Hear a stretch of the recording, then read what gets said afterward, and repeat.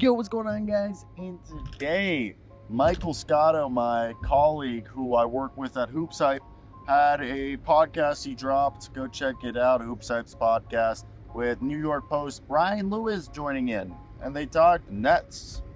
And interestingly enough, one of the guys they talked about was Nicolas Claxton.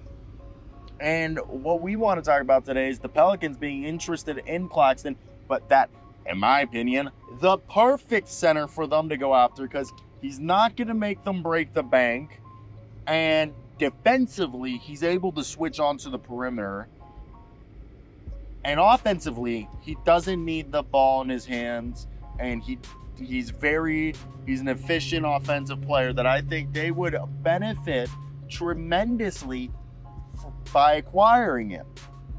Now, the exact quote is, two teams with the ability to make a sign and trade agreement potentially happens to be the Memphis Grizzlies and the Brooklyn Nets. And Brian Lewis says that Michael Scotto, I believe it was who was saying in the conversation, he says he knows there's members of the Pelican organization who like Nic Claxton, and the future of Jonas Valanciunas is unknown as he is an expiring contract and they were trying to trade him. And given how close this team will be to luxury tax next season and the lack of usage at the end of games, including the play-in loss to the Lakers, you assume that Jonas Valanciunas is going to be a guy that they're going to move on from.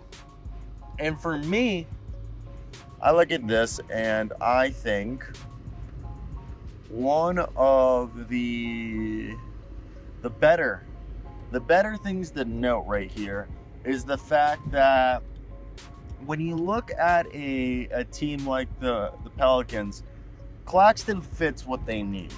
Claxton, if you guys haven't been following, and also the interesting thing to note here, though, is Claxton's supposedly going to get that Jared Allen $20 million a year money, which is what they want to pay him, ideally.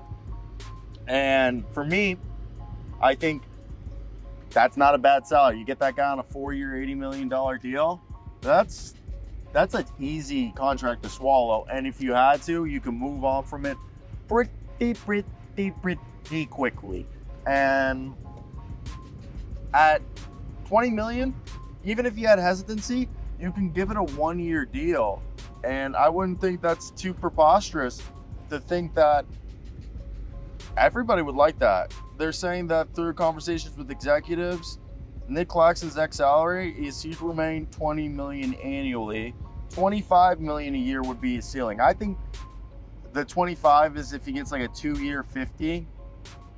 But I could see him getting like a 4-year, 80 front loaded. Maybe the first 2 years he makes $50 million. Last 2 years he makes like 17 and then 13 or something to make it front loaded, and then it drops off to make everybody happy.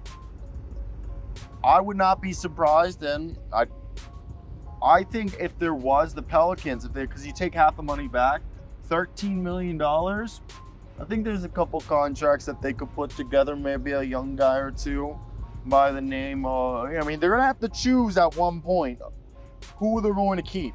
Like, the Pelicans, once some of these young dudes start needing contract extensions, and young dudes, I mean the Jose Alvarados, the Trey Murphys, all right, the Dyson Daniels. Eventually, there's a reason why they drafted Jordan Hawkins, because Jordan Hawkins is going to have to replace one of those guys.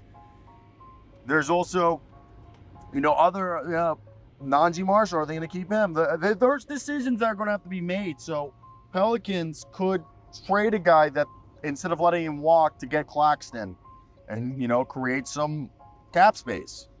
So I want to hear your guys' thoughts down below in the comment section. If you're a Nets fan or if you're a Pelicans fan, what do you guys think of this Claxton idea? Because the whole thing is, for the Nets, you would look at this.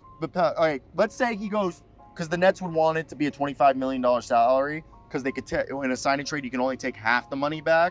So the whole thing is, if you look at the Nets salary for next season, who is going to be under contract for them already? It works out pretty nicely for the not the Nets. My apology. I was saying the Nets, but I was clearly talking about the Pelicans. So Pelicans next year are at $148 million committed salary, but the value, players of value, I mean, maybe they would trade Herb Jones. I don't think you trade Herb Jones. I think they like him too much and they just locked him up. But Larry Nance, Dyson Daniels, Trey Murphy, Jordan Hawkins, EJ Liddell, Liddell,